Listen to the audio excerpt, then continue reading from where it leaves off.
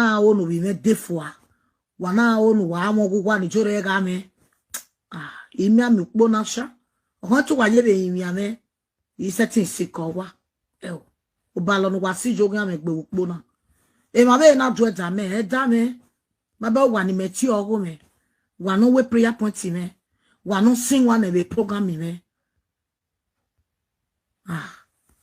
wa no je prayer point me ya lode aku wa hian wa wi jore do happy iga won ni ya ejobo kan wi me emi no go me si mi e tege no salo ba ya gbe mo ru e ege ni o wa ya via we wa do gbe mi wo wa me secret wa via be hian ya koko gbe nu wa koko gbe me o wa luga no hian ni ke o wa story emi no wa wi me wa ni wi me ba o wa luga no hian ni ke mo ba ma di me ma ba wa no wari ba ime ne wa na do si won ina ri wa la tan agbo be mi o wa be the whole world ina ju wa ya popular wa no ma saro 20 na ka he the whole world na do wa up to today yin ma me o ye lelu wa ni bukia wa ma be go da wa ma be gi yeke wa ma be we e mo mi jore wa ge ka bi ene de a lo we ke lo we wa ga si aye no ka bi ene o wa ma go ni wa na kokogbe wayana kukugbe wana akogia mekia eba enu wae no malogo wako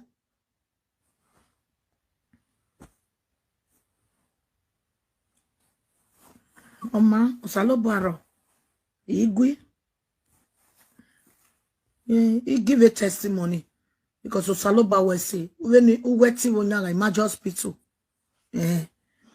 imami okugbe imami okweti so osaloba we say be dagmo Saluba wesi. Je keni kede enu wate ya mtia.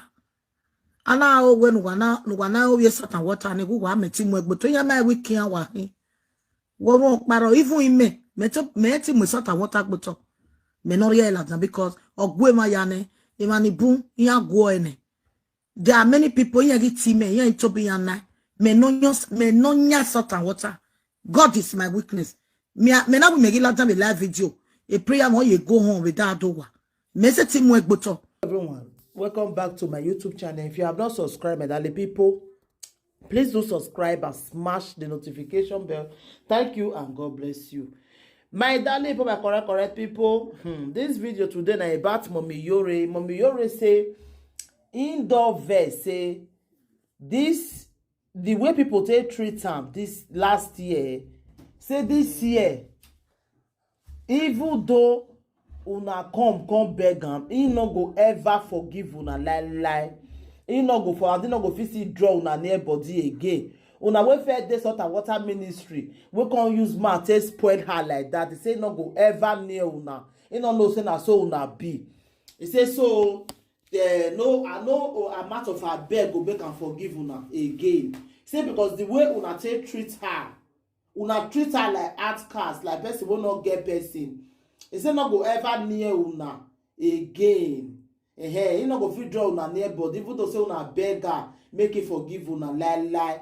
So because the reason I say, say the way sometimes the way some people go take treat you sometimes, if you go come tire, you go come tire for life, you understand? So she say lie, I go put the video now more and see my darling people. More now understand what I talk about. Thank you, my darling people. Take care. Bye. Wana onu bime defua wana onu wa amogwa ni jore ga me imi ami kpo na sha o tu wa yebe imi ame I setting sikowa o ba lo no wa si jogun ame gbe kpo na e ma be na do da me ma ba wa ni me ti ogo me wa no we prayer point me wa no sing one e be program me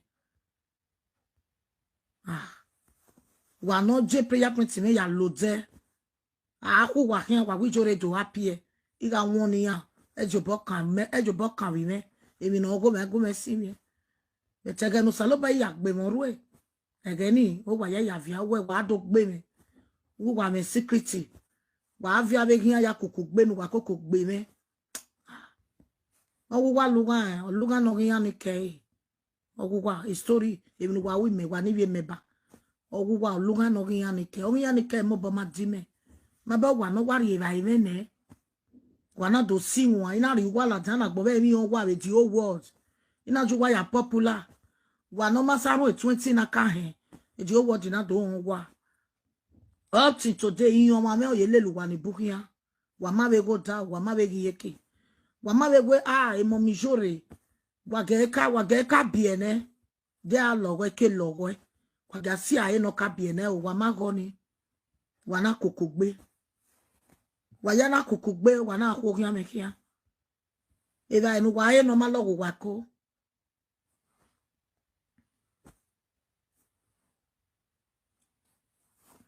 Oma osalobaro igwe he give a testimony because osaloba we say when uweti wonya imagine hospital imami okugbe imami okweti so osaloba we say be dagmo osaloba we say aje kenikede enu wate ya mtia ana o wenu wana o ye satan water ne gwa meti mu egbo to ya ma wiki awa hin wo won paro even ime meti mu satan water gboto me no realize that because ogwe ma ya ne imani bu ya gwo ene there are many people here get team here to be yana me no nya satan water. God is my weakness. Me na we make it like a live video a prayer mo you go home without do me se ti mu egboto me se ti close salt and water. He said ti ya ya tie. Where we prayer me we se ti tie or phone or expose ne or lele di o words ne e ti o ma mo ene wo wa tete mo ene obi o ha mo ene ama ewu we na boy wo hin ari do mu egboto wa se ti ikera ma meti mu egboto ama wo wa na boy ama o salopo aboyin wa amabe to ame especially ami ya no do asin wa no ro ni mebe mu ni le na amabe we a woman na di ya be ro wi o di ya be logo no ka wa bi ene ima oni gun ise mi ya no salopo cause I woni etale mi ya no gun cause na via maro pa me no wo no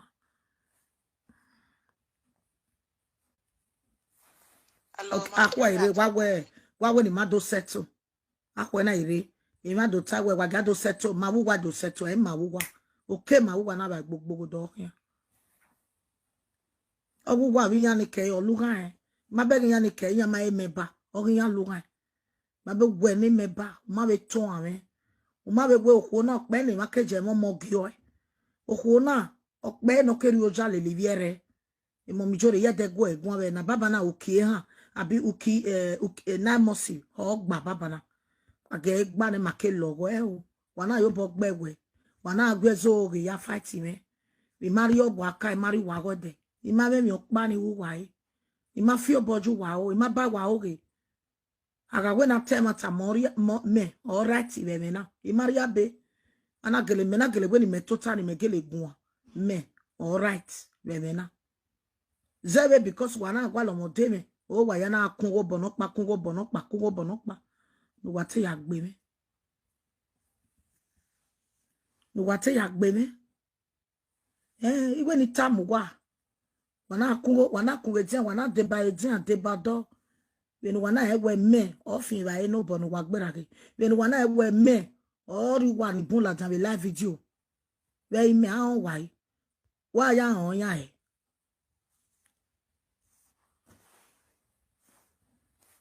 ye ma be ton ame o kekere o ma do ta ma me we ni ma wo do se to wa dinji o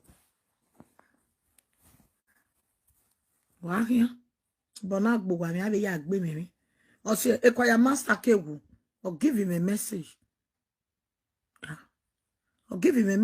or tell him many things kwaya master kewu o se ni na le ni ya no bu eso na ta wi ya ma mi ni ya wo jore ni jore na le ekwaya master wa gun megun ya ba be kwaya master gba niye iya o gba niye emi wugan nore no pa nore chali o ekwa master gomegwa nore jemi o ekwa master gomegwa nore bench nenemi many of them owe mo mi jore ma begi ya na iya ma like we iya ya we ya tegbe iya onu ji ya popular that boy really to me many things O say ni na itiwa do wa watch me. Many of now, because I know when I tap and I don't my says on my wua, observe me ni on. Ah, tio ma go manari I wa bi yeke. Why go lo boy view? Why yoma boma on ma se. On ma se. Ana go wa make. Me age be ne ni nyoma na wa mwe. Wa mwe gi akpo no wa view anya.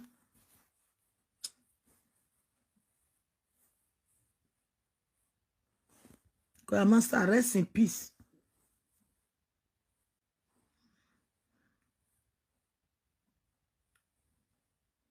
Oh, thank you. You forgetting eh. Wa wese, idok mom wa when wa ya mwenu ko me. Wa wese. Salo boria de no tan wa. Wese je wese ekpo no kere regidio. Wa wese, wa ya ama. Ima give up. Yana wa eregbo lawo wa, ma bege malawa. Ina wi lawo wa. Cause mekeregbe no mo sota water but many jore mekeregbe. Okpani ma wa igbaro na. O manager me wu me ku e ji wina. O manager me wu me ku e. Iye ikwebe gwese me. Iye ladian wo wa. O iwa jinyo hu eneni o wa me bucket o wa zumejo. O wa so awe pre. Because me so mo bom dia ke bo hu e. O do zumejo we gbe we prayer. O do atu enyagbe. So ina iwe la video wa ko we iwe di prayer itori. O we ko se ni ya so an lo amebu me. E dagme yen ekwere. Amani we ewe. No mami dobo o meti. Da idi agbon maria we emi obele nu wa la iri la. Iwe gbe yon wa wa. Sati we gbera. La wo mommy. La a message ni alivi we na iwa pete dejo. La program we no na gwa kan son oge banki. We deri Marie France na ya try na kie la o. Eni mama bon understand wo. We about na kie abandon account ye atie. Aga kie. Aso ya rigo yo every month ya o kie as. Hello, we je me call site we wa kie every month ya wa withdraw you go we account. 5 years here wa abandon ne we you book but every month you go alanya wa account re. I mean 100, I mean 200, I mean 300, I mean 50. You go no bo we say.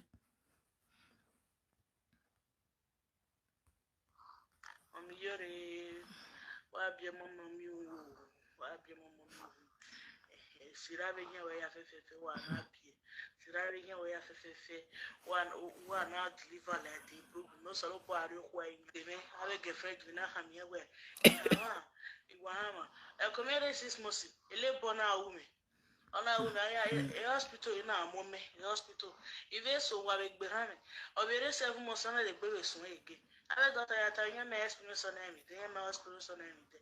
Oh, see, I tell it, mama. Tell it, mama. Oh, why between you and your husband? Una hammer. Why between you and your husband? Hello. God bless you. Mommy, Lord is your strength, eh? God, what's say? No, it's a joy. When you have a true story, make it. No, mommy. Because me that be me na be me because when they push you, you don't show when you are my. But in women and in other time, mommy, sure, be no sure. You understand? I know that you will deliver safely. Right, Come, mommy. Mommy, number 2, you know what about it?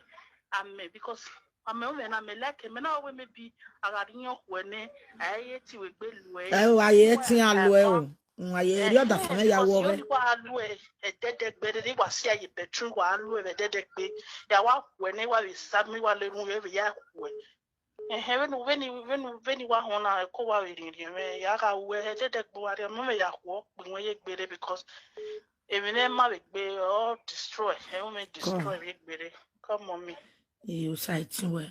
More blessing. So Saloba Diba woman, Saloba when we have no Guamuya go, what's the woman? Come on me.